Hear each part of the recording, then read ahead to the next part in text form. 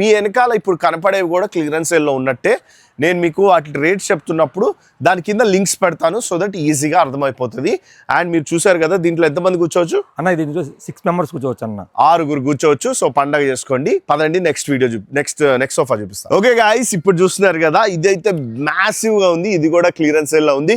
First rate చెప్పేద్దాం. ఇది ఎంతకు అమ్మే వాళ్ళం, ఇప్పుడు ఎంత అన్న? అది 35,000 అమ్మేవాళ్ళం అన్న.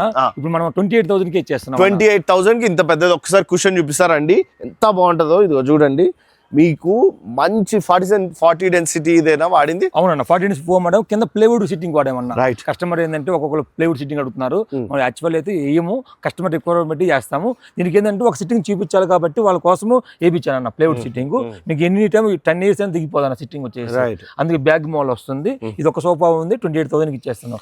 మామూలు మార్కెట్లో అయితే 35,000 అమ్ముతాం అన్న. గుర్తుపెట్టుకోండి, స్క్రీన్ షాట్ పంపించి మీరు ఇది కావాలి అని అడగండి.